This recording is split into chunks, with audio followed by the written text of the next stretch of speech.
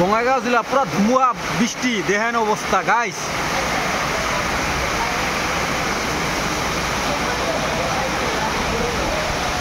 হাওয়া পুরা কিনকিনি ঘুরতেছে গাইস, দেখেন অবস্থা।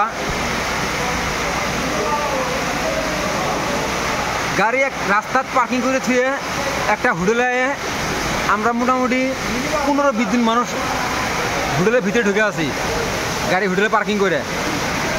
পুরা ঘিনিব হয়ে যাইতেছে বঙ্গাইগাঁও জেলা গড়াইমারি।